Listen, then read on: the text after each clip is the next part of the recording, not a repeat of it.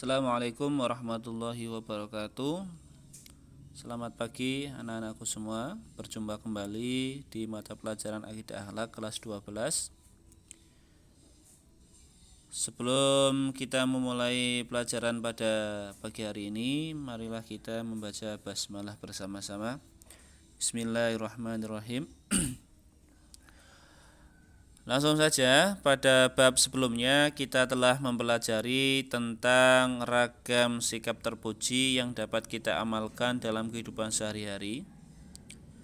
Nah, pada pertemuan kali ini kita akan mempelajari ragam sikap akhlak tercela dan bagaimana cara menghindarinya.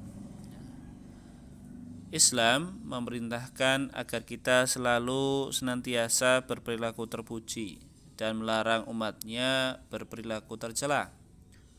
Banyak sekali sikap tercela yang harus kita hindari dalam kehidupan sehari-hari. Nah, di antaranya pada pertemuan kali ini kita akan membahas yang pertama nanti ada fitnah, terus ada berita bohong atau hoax, namimah, tajasus, dan hibah.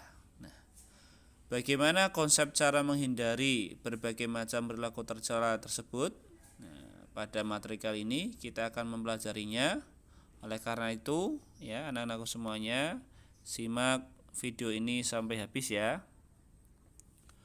Nah, kompetisi dasar yang pertama kita akan menganalisis konsep cara menghindari perilaku fitnah, hoax, namimah, tajasus maupun hibah. Yang kedua, mengkomunikasikan hasil analisis yang kita tadi analisis tentang konsep dan cara menghindari perilaku fitnah, hoax, namimah, tajasus, dan hibah. Langsung saja untuk yang pertama ada yang namanya fitnah. Kata fitnah berasal dari kata bahasa Arab fitnatun yang berarti ujian atau cobaan. Menurut istilah, fitnah adalah perkataan bohong atau tanpa berdasarkan kebenaran yang disebarkan dengan maksud menjelekkan orang lain. Jadi dengan kata lain, fitnah itu tujuannya adalah ingin menjatuhkan atau menjelekkan orang lain. Nah, fitnah dalam Islam, Islam melarang berbuat fitnah, ya, sebab fitnah adalah hukumnya haram. Selain itu, fitnah dapat memiliki dampak negatif. Yang pertama, fitnah itu lebih kejam daripada pembunuhan. Ya, di Al-Quran disebutkan dalam surat Al-Baqarah ayat 191, ya, wal fitnatu asyaddu minal qatl. Ya, artinya fitnah itu lebih kejam daripada pembunuhan. Karena apa? Dampak yang timbul dari fitnah itu ya lebih kejam, lebih keji daripada yang namanya pembunuhan, karena bisa membuat tidak hanya satu orang yang terlukai, tapi beberapa orang ya yang bisa berakibat dari timbulnya fitnah tersebut. Yang kedua, menimbulkan penyakit hati, iri, dengki, dan lain sebagainya. Itu akan muncul.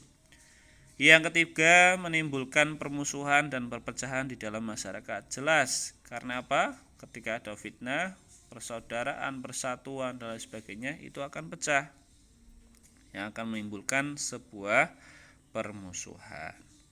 Yang keempat, merusak nama baik dan kehormatan orang lain. Ya tadi, ya tujuannya menjelekkan, menjatuhkan orang lain, pasti akan merusak nama baik orang lain. Yang kelima, menyesatkan kebenaran informasi. Ya tadi sudah jelas, ya karena informasinya tidak benar ya berarti menyesatkan. Terus yang terakhir, diancam neraka jahanam oleh Allah Subhanahu wa taala. Lanjut ya. Cara menghindari fitnah. Yang pertama, meningkatkan keimanan dan ketakwaan kepada Allah taala. Ya, tadi jelas bahwasanya hukum dari fitnah itu adalah haram, makanya kita senantiasa untuk menghindari perilaku fitnah. Yang kedua, senantiasa selalu berkata jujur ya. Yang ketiga, menghilangkan rasa iri dan dengki terhadap orang lain. Nah, karena apa? Ketika kita memiliki rasa iri dan dengki, biasanya muncul rasa ingin menjatuhkan orang lain. Terus yang keempat, selalu tabayun, mengklarifikasi terhadap informasi yang sudah didapat, ya. Saring sebelum sharing, ya. Terus 5, bersikap bijaksana terhadap berbagai hal.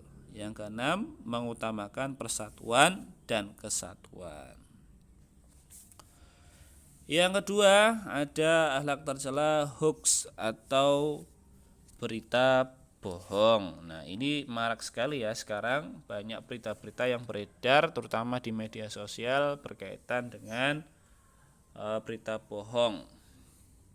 Nah, hoax atau informasi palsu atau berita bohong itu adalah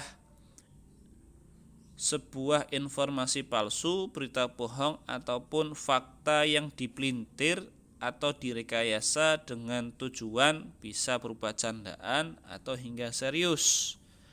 Maksudnya gimana? Berita bohong tersebut ya bisa berupa candaan, ya istilahnya untuk candaan, ya. Bisa juga berkaitan dengan masalah yang serius. Contoh, sekarang masa pandemi banyak sekali berita-berita bohong yang berkaitan dengan corona, misalkan terkait masalah kalau kita memakai handphone Xiaomi misalkan, itu bisa tertular corona misalkan. Nah, itu termasuk berita hoax, ya. Terus lanjut, dampak negatif dari hoax atau berita bohong. Yang pertama, menyebabkan kepanikan di masyarakat. Jelas, ketika ada berita bohong, ya misalkan meresahkan masyarakat, berita misalkan mengenai akan terjadinya tsunami, nah pasti akan masyarakat resah, ya. Yang kedua, hilangnya kepercayaan dari orang lain. Ketika dia sering berbohong, menyebarkan berita bohong, pasti orang lain tidak akan percaya. Yang ketiga, membuang-buang waktu, tenaga, harta dengan sia-sia, yaitu karena tadi menyebarkan hoax. Yang keempat, menghancurkan hubungan persaudaraan di tengah masyarakat, ya tadi sama halnya seperti tadi fitnah, ya. Terus mendapatkan laknat dari Allah dan termasuk golongan orang munafik tadi.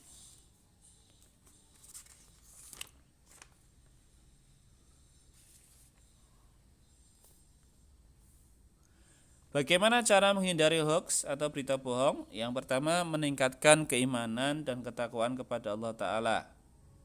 Tidak mudah terprovokasi, ya. Jangan langsung ada berita kita telan mentah-mentah. Menyaring informasi yang diterima, selalu husnudon terhadap orang lain, dan menyibukkan diri dengan hal-hal positif. Nah, makanya anak-anakku semuanya, ya, kita kan senantiasa setiap hari ya bersinggungan dengan media sosial, terkadang banyak berita-berita yang muncul. Nah, makanya kita senantiasa saring sebelum sharing, ya. Kita menyaring berita-berita tersebut, apakah ini benar, apa ini salah, jangan langsung kita share, ya, kita bagikan dan lain sebagainya. Yang ketiga, ada yang namanya namimah atau adu domba. Nah, namimah atau adu domba mengadukan sesuatu perkataan atau menyampaikan sesuatu kepada orang lain dengan tujuannya agar di antara mereka saling bermusuhan. Contohnya seperti apa, Pak? Ya, misalkan kita berbicara kepada A menjelek-jelekan si B. Ketika kita berbicara dengan si B, kita menjelek-jelekan si A. Nah, itu akhirnya bisa mengadu domba, ya, mengakibatkan antara si A dan si B akhirnya saling bermusuh-musuhan. Tidak hanya berupa perkataan, bisa juga berupa tulisan, ya, isyarat ataupun sindiran, ya, yang bisa mengakibatkan saling bermusuh-musuhan. Rasulullah SAW ya pernah bersabda di sebuah hadis, la yadkhulul jannah tammamun, la yadkhulul jannah namamun, ya, mohon maaf, la yadkhulul jannah namamun, tidak akan masuk surga orang yang suka mengadu domba. Nah, Indonesia ini selama 350 tahun dijajah Belanda. Belanda itu menggunakan politik adu domba atau divide et impera. Nah, makanya selama 350 tahun bangsa kita tidak bisa merdeka. Baru bisa merdeka ketika sudah bisa bersatu, terutama diawali dari Sumpah Pemuda. Dampak negatif namimah, ya, yang pertama menimbulkan sikap saling benci membenci, jelas. Merusak hubungan persahabatan dan persaudaraan, mendapatkan dosa yang besar, informasi yang dibawa menyesatkan. Cara menghindari namimah, yang pertama selalu menjaga lisan, ya, agar terhindar dari sikap tercela namimah, kita senantiasa ya selalu menjaga lisan kita. Karena apa? Idza hadatsa kadzaba wa idza wa'ada ahlafa wa idza tumina khana. Di antara ciri-ciri orang munafik, ya, ketika berkata ia berbohong. Makanya senantiasalah kita selalu menjaga lisan kita. Terus mau mengakui kesalahan, ketika kita salah senantiasa kita mengakui kemudian meminta maaf. Terus selalu introspeksi diri. Yang terakhir mengutamakan persatuan dan kesatuan. Itu saja yang bisa saya sampaikan, kurang lebihnya saya minta maaf. Ya, sampai jumpa di part yang kedua. Akhirul kalam, wallahul muwafiq ila aqwamit thoriq. Assalamualaikum warahmatullahi wabarakatuh.